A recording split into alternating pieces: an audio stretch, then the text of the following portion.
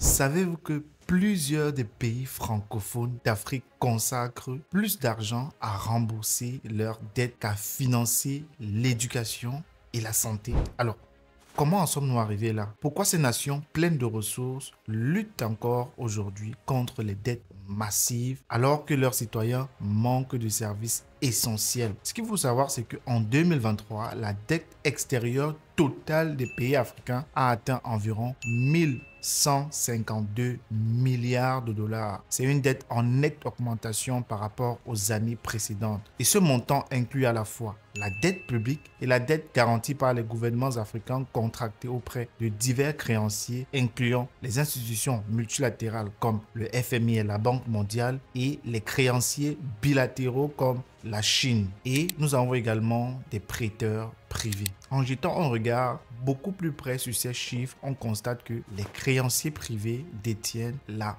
majorité, du moins la plus grande part de la dette africaine. On parle là de 43% et cela inclut les obligations émises sur les marchés financiers et les prêts accordés par les investisseurs privés, notamment les fonds d'investissement d'un côté et les banques d'un autre. Alors la raison ici est simple, les fonds d'investissement et les banques sont là pour se faire clairement de l'argent et les taux d'intérêt généralement associés sont extrêmement élevés. Les deuxièmes créanciers de l'Afrique sont des partenaires bilatéraux qui représentent 23% de la dette. Ces créanciers incluent les gouvernements étrangers, parmi lesquels la Chine est tout simplement le plus grand créancier bilatéral de l'Afrique. À l'heure actuelle, environ 63 milliards de dollars ont été prêtés par les Africains aux Chinois. Les troisièmes créanciers, ce sont les créanciers multilatéraux qui sont tout simplement le Fonds monétaire international et la Banque mondiale qui détiennent environ 34% de la dette africaine. Et ce sont d'ailleurs les seuls prêts qui se sont souvent accordés avec des conditions beaucoup plus favorables, notamment avec de faibles taux d'intérêt. Mais cela n'est pas sans conséquence parce qu'en contrepartie, ils imposent comme ça à l'Afrique des réformes économiques et également bien d'autres conditions qui sont souvent contraignantes pour les Africains. En 2024, il est prévu que les Africains versent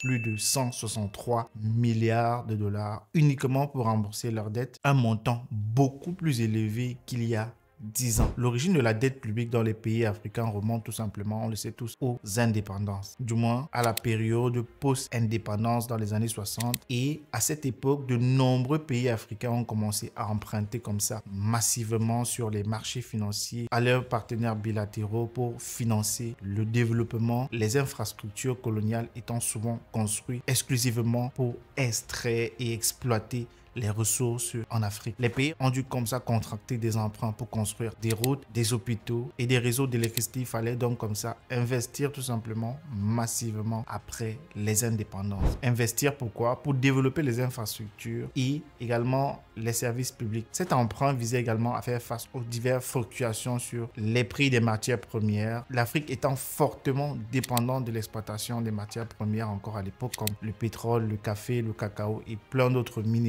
Les variations des prix des marchés internationaux ont souvent provoqué comme ça des crises, notamment la crise des années 1980, la crise sur la chute des prix des matières premières qui a considérablement comme ça réduit les revenus de nombreux pays africains et par conséquent leur pouvoir d'achat, rendant comme ça tout simplement également difficile par la suite le remboursement de la dette. Il y a également eu les chocs pétroliers. La hausse des prix du pétrole, notamment dans les années 70, ont poussé certains pays africains à comme ça emprunter davantage pour financer le développement local et davantage également pour compenser la hausse des coûts d'importation d'énergie. Tout cela généralement a des conditions de prêt extrêmement défavorables. Une grande partie de la dette africaine a été contractée sous forme de prêts commerciaux avec des taux d'intérêt élevés ou des prêts bilatéraux encore contraignants. La Chine pourrait par exemple demander à exploiter des milliers d'hectares sur plusieurs décennies. Lorsque l'économie des pays africains ont ralenti, le service de la dette, c'est-à-dire le remboursement des intérêts et du capital, est devenu insoutenable. Des programmes d'ajustement structurel ont dû intervenir dans les années 80 et les années 90. Beaucoup de pays africains ont été contraints de souscrire à des programmes d'ajustement structurel sous l'égide du FMI, notamment la dévaluation du franc CFA dans les pays qui utilisaient le franc CFA. La Banque mondiale également souscrit à des programmes comme les programmes PPTE et ces programmes imposaient des réformes économiques tout simplement drastique. On a notamment vu avec la dévaluation du franc CFA, la réduction comme ça des dépenses publiques, la privatisation des entreprises d'État et la libéralisation des marchés en Afrique. L'argument de ces réformes était comme ça de stabiliser l'économie. Mais par contre, elles ont souvent beaucoup provoqué des tensions sociales et économiques, aggravant comme ça la pauvreté sans résoudre réellement le problème qui existe réellement aujourd'hui encore, le problème de surendettement et de pauvreté. Entre 2019 et 2022, 25 pays africains, principalement des pays francophones ici, ont dépensé plus, du moins ont consacré plus de fonds au remboursement de la dette qu'au financement de la santé publique. Alors, d'après ces statistiques du World Economic Forum, statistiques extrêmement choquantes, les fonds alloués au service de remboursement de la dette sont souvent 2 à 3 fois, voire parfois dans certains cas 5 fois supérieurs à ceux destinés aux hôpitaux et aux écoles. Pour expliquer ça ici de manière simple, vous avez une famille, vous avez une femme et des enfants et vous avez également des dettes. Cependant, vous devez envoyer vos enfants à l'école et vos enfants ont également besoin des soins de santé, ceci de manière généralement permanente. Vous dépensez maintenant plus d'argent comme ça pour rembourser les dettes que vous avez, les crédits que vous avez, que pour emmener vos enfants à l'école. C'est-à-dire vous n'avez pas suffisamment d'argent pour les amener à l'école. Donc, ce qui fait par conséquent que certains enfants n'iront peut-être pas à l'école, certains enfants ne seront pas peut-être soignés. On sait tous les conséquences que cela provoque donc par la suite. Pour prendre un exemple dans la vie réelle maintenant, l'exemple du Cameroun, le pays dépense chaque année une part considérable de son budget pour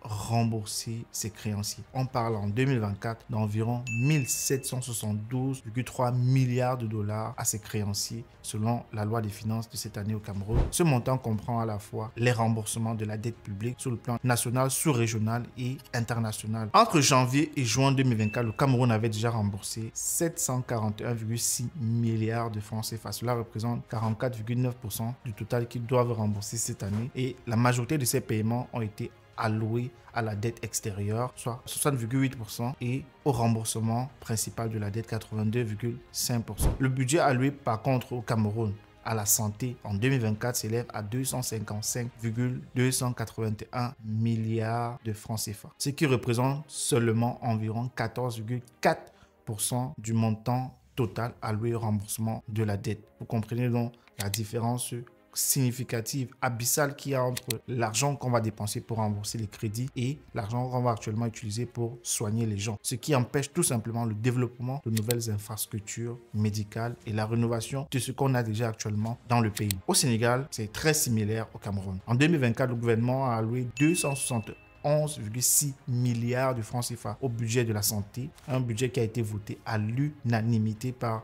l'Assemblée nationale au Sénégal. Et en parallèle, le gouvernement sénégalais a prévu cette année d'allouer 1826,5 milliards de francs CFA au remboursement de la dette publique. Par contre, le budget de la santé dans le Sénégal représente 14,9% du montant alloué au remboursement de la dette. Seule la Côte d'Ivoire en Afrique francophone fait un peu mieux parce que en Côte d'Ivoire, 589,7 milliards de francs CFA ont été alloués pour la santé et 1248 milliards ont été alloués pour le remboursement de la dette publique. Dans le budget de la santé, c'est environ 47,2% du montant dédié à celui du remboursement de la dette. Si on veut faire la comparaison avec la France, bien que la comparaison dans le cas de la France sera un peu exagérée parce qu'on là on parle de milliards d'euros. Donc je vais simplement ici faire une comparaison en termes de proportion. Donc en France comme ça, le budget de la santé représente 473,7% du budget alloué au remboursement de la dette. Vous imaginez un peu comment est-ce que les Français consacrent plus d'argent en fait à la santé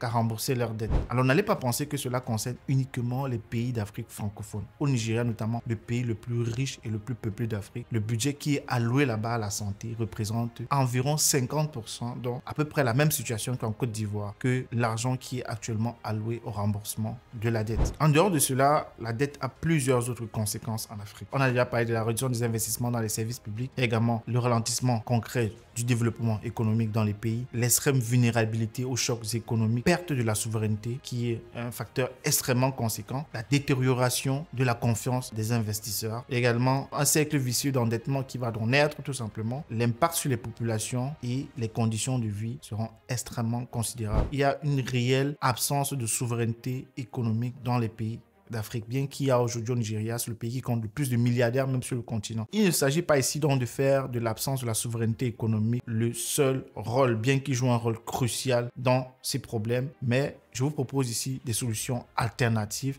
une solution qui peut véritablement changer les choses et ceci de façon durable. L'Afrique ne doit plus dépendre autant de l'extérieur, notamment pour s'endetter. Et pour y parvenir, les gouvernements africains l'ont déjà compris, il est important comme ça de développer des secteurs stratégiques comme l'agriculture, les technologies et l'énergie. Alors ces secteurs ne sont pas seulement des moteurs de croissance, mais ce sont également des leviers vers l'indépendance économique. En tant qu'entrepreneur ou acteur du changement, vous avez un rôle important à jouer dans cela. Et pour moi, je considère qu'une start-up peut être également l'une des solutions que les Africains peuvent proposer et qui peut tout simplement être comme ça un tremplin vers l'autonomie. Alors, si vous souhaitez faire partie de cette transformation, vous pouvez rejoindre dès maintenant la communauté d'Africains qui ont décidé d'agir sur l'avenir du continent à travers cette start-up qui va bientôt voir le jour. Alors, cliquez tout simplement sur le lien dans la description pour découvrir une start-up innovante et soyez comme ça parmi les premiers à participer